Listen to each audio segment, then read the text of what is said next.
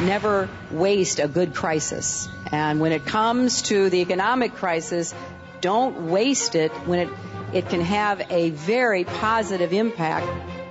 You never want a serious crisis to go to waste.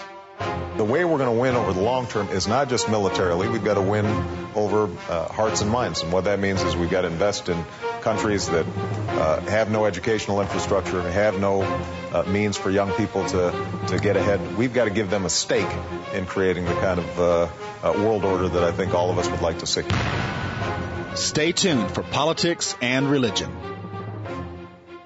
You're listening to a previously recorded broadcast. Minister of Strategic Affairs in Israel, Mr. Moshe Yaalon, spoke at a high-profile Christian evangelical conference in the United States on Saturday and stated that the Israeli government wants to continue to strengthen its relationship with evangelical Christians. Israelis and evangelicals are all in the same boat, the former chief of staff added.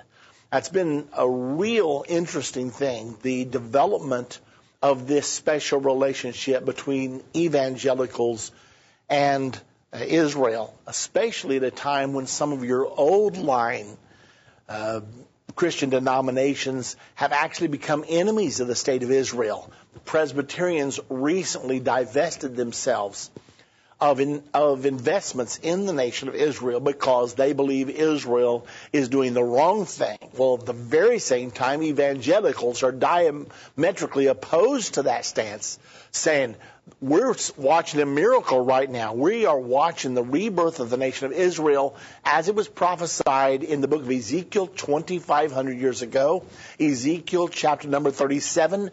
And we also do not believe that Israel should be trading land for peace because they have no right to take what God decreed was part of the lineage of Abraham and given it to the Palestinians. So there's a huge gulf in positions between Christians, those Christians who have long forsaken a literal belief in the Bible and those who still cling to the Bible and to its prophecies in particular. So it was very interesting that Minister of Strategic Affairs Yaalon was at this conference on Bible prophecy, no less. There's quite a study in Bible prophecy taking place in the nation of Israel right now. There are people there who believe they live in the end time. They actually use the term end time, the name of this ministry.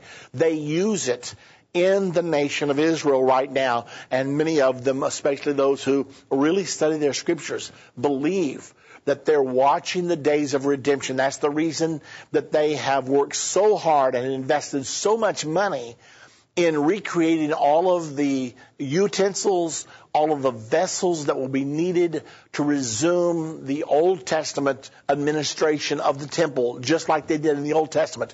They think that's what they should be doing. Now, we don't think that's what they should be doing. We think they should accept Jesus as the Messiah.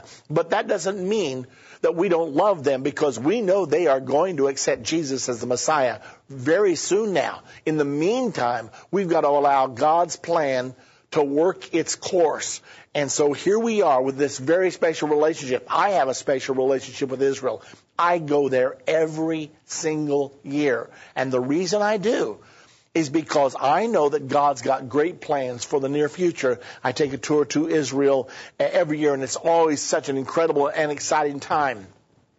The former top IDF soldier expressed hope that the coming meeting between President Barack Obama and Prime Minister Netanyahu, slated to be held July the 6th in Washington, will send this message of closing the gaps between Israel and the United States of America. Yaalon, who is a member of Netanyahu's septet of trusted cabinet ministers, that's the inner core of his cabinet, said he believes there is still time to stop Iran's nuclear program through non-military means should the West decide to do so. He said that he is encouraged by Russia's willingness to cooperate with sanctions against Iran.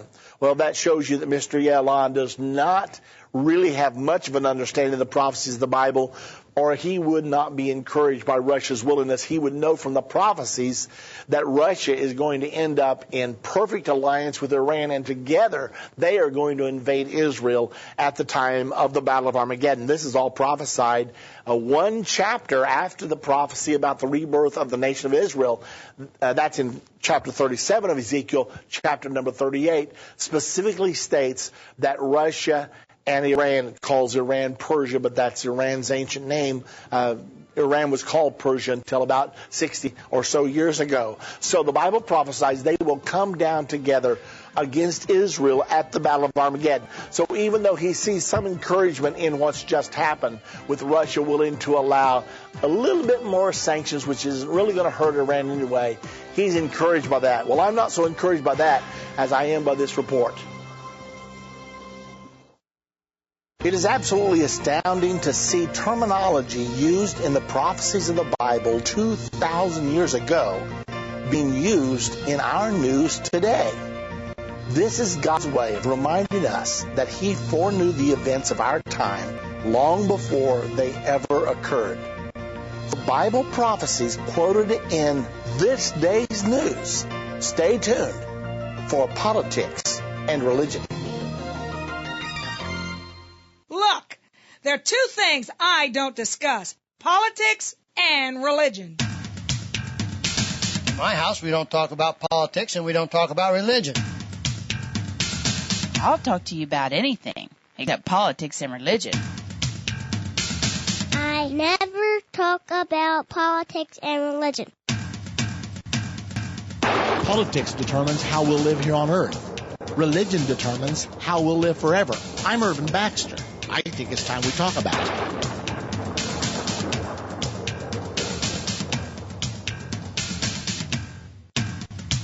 You're listening to a previously recorded broadcast. Well, you're not going to want to go away, I promise you, because there's some amazing things in today's news. It's like they're quoting from the Bible, but don't know it. Now, I'm talking about Foreign Policy magazine. I'm talking about the Telegraph newspaper out of Great Britain. They are using biblical terminology today. I'm looking right now. Well, first of all, let me see if I have the scripture. No, let me give you the article first. I'm looking right now at the Sunday, June 27th article off of Foreign Policy's website. And it's entitled, "A Bear